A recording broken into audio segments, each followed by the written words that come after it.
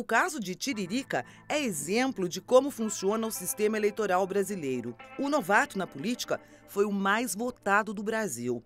Com pouco mais de 1.300.000 votos, Tiririca puxou outros 3 candidatos que concorreram na mesma coligação.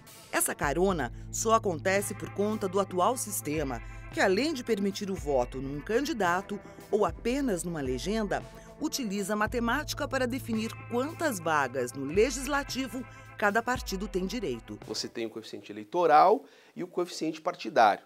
E é aí que talvez as pessoas sintam uma certa dúvida, porque não conseguem explicar como alguém que teve menos voto do que outro muito mais votado foi eleito e este outro não. O coeficiente eleitoral é resultado da divisão do total de eleitores pelo total de cadeiras a serem ocupadas no legislativo.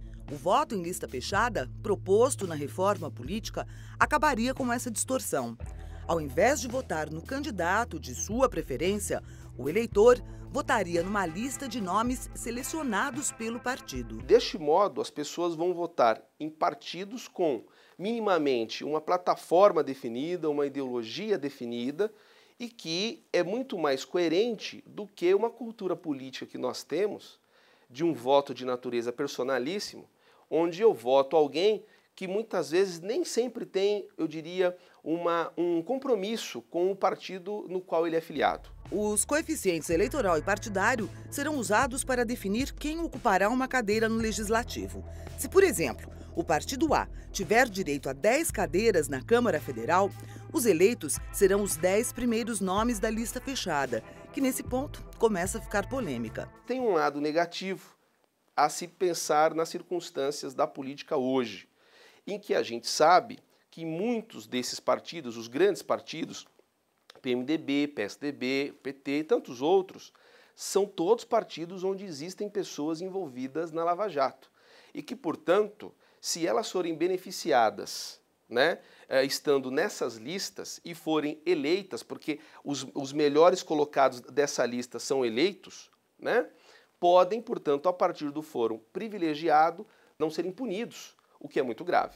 Discutida há quase 20 anos, sobretudo pelos partidos de esquerda, a reforma política se apresenta, de acordo com o sociólogo, superficial e conservadora. Historicamente, o Brasil é um país pautado por reformas conservadoras. Então, grandes autores das ciências sociais mostram isso para a gente, quer dizer, o Brasil muda conservando. Então isso significa que essas reformas, elas não necessariamente vão no cerne da questão, Quer dizer, essa reforma política deveria ser muito mais profunda, muito mais significativa, mas ela não consegue ser porque aqueles que estão fazendo a reforma serão os primeiros prejudicados, se de fato ela for muito mais ampla. Portanto, é sempre uma reforma superficial, a conta-gotas e em doses homeopáticas.